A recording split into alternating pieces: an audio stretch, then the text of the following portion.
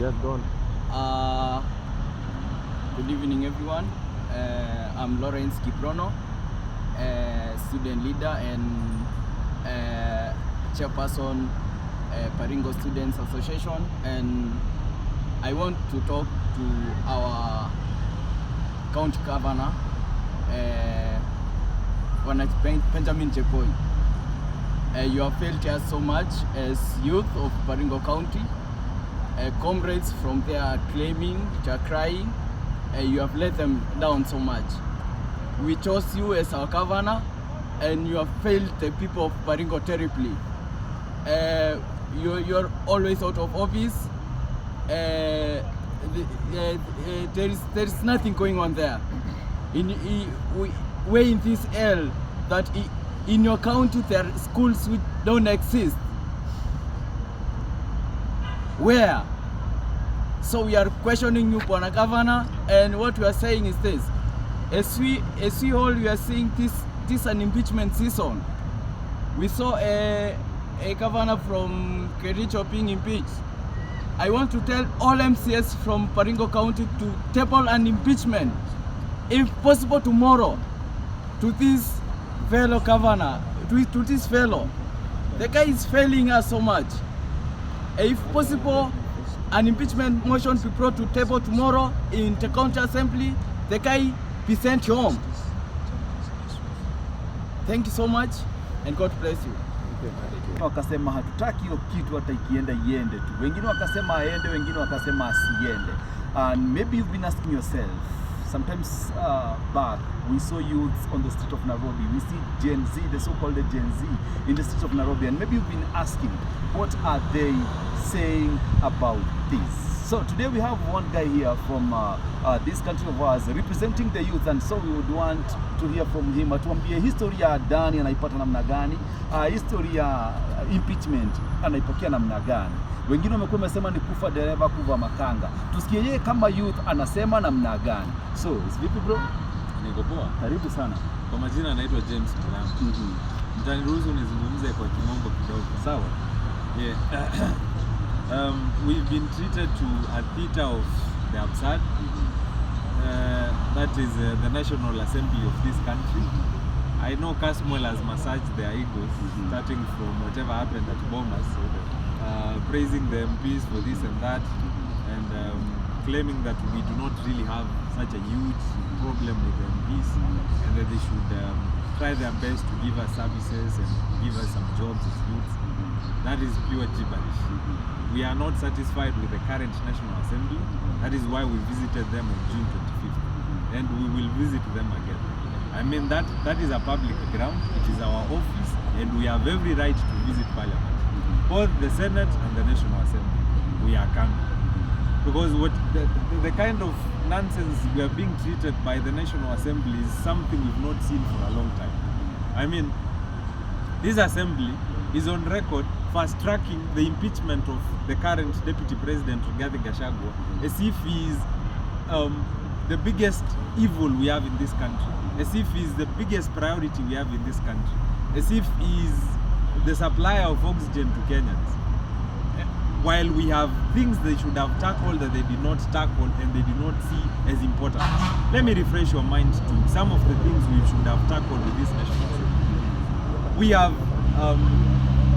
the issue of SHIF that was hastily deliberated in Parliament, and most of the MPs do not understand what SHA and SHIF was about. They cannot differentiate between SHA, SHIF, the primary health care, and the emergency and chronic illness fund. They cannot differentiate. And if your member of Parliament cannot, how about you as a common citizen who waits upon your MP and your MCS to inform you on what is happening in government?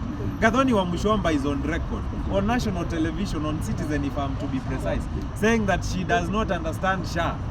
If a member of Parliament who passed and voted for the SHA says she does not understand SHA, and she's speaking for others, this is not a personal attack on Wamushomba. She is speaking on behalf of so many MPs who do not understand SHA and passed it. And they did not understand the new funding model and they passed it. And there is one other burning issue our MPs should be taking seriously, that they should be tackling instead of tackling this Gachagua issue. One, there has been so many strikes in this country.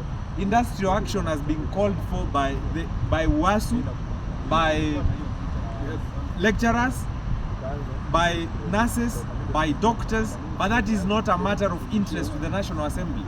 The JSS interns demonstrated on these streets for close to a month. Nothing was done. They were given a raw deal. WASU and the lecturers were given a raw deal, and they have threatened to go on strike again. Those are issues we should be addressing, because we have students who are at home now because their lecturers do not want to teach. Their lecturers have boycotted. They are not teaching.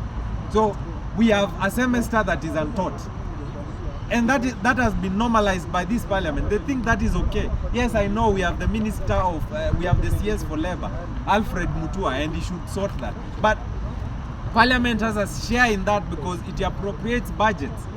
If they gave a good budget to the Ministry of Education, I am sure we would not be having these problems. But they would rather fund other projects that are not important, but not fund health and education, the key ministries in this country. There is this issue of Gachagua that Parliament is pretending to be so busy about. In fact, that Parliament is full of busybodies. They have nothing important to show Kenya because they are wasting too much time discussing the impeachment of Gachagua. And today I heard James Orengo, a man I respect so much, acting as a lawyer for the National Assembly, arguing in Senate that Gachagua went against his oath of office, arguing that as part of the grounds to remove Gachagua from office. Then I asked myself, James Orengo swore an oath of office. All the thieves that we have in Parliament, because they are thieves and Kenya is a thiefocracy. And thiefocracy is a word, by the way. All the 290 MPs we have in Kenya, almost all of them are thieves. They swore an oath of office, didn't they? We have 47 governors in this country. They swore an oath of office, did they not? We have their deputy governors. We have the Office of the Directorate of Public Prosecutions, the DCI. They all swore oaths of office in this country, but they have not followed anything they said in that oath of office. The president swore an oath of office. That oath of office he has not upheld. How has he upheld that oath of office? By killing youths that went to picket and demonstrate because of bad governance. How is that upholding the oath of office? How is the president upholding an oath of office by superintending over the abduction and kidnapping of innocent Kenyans just because they were involved in protests that were anti-bad governance? How is the president respecting that oath of office? How are the MPs respecting their oath of office when they are stealing CDF? Because we know they are stealing CDF. An MP gets into parliament with no investment in this country. 5 years later, 10 years later, they are the richest business people in this country. What kind of investment do our politicians do that we cannot do? That they cannot invest our resources as Kenyans to double on the money that we get. I mean, they should show us, this is why I invest my money. As Kenyans, let us invest our government money in this so that we can reap more money. It does not make sense that poor politicians get into government offices and within a few years they are as rich as Bill Gates. It does not make sense. William Ruto was worth 100 million in 2015. Today he is probably worth more than 50 billion. Where has he gotten that money from? Which investment has he made that we as Kenyans are not aware of? I mean, he should come out clean in public so that we can copy him. I would want to emulate the president if his investments are so shrewd and he is such a good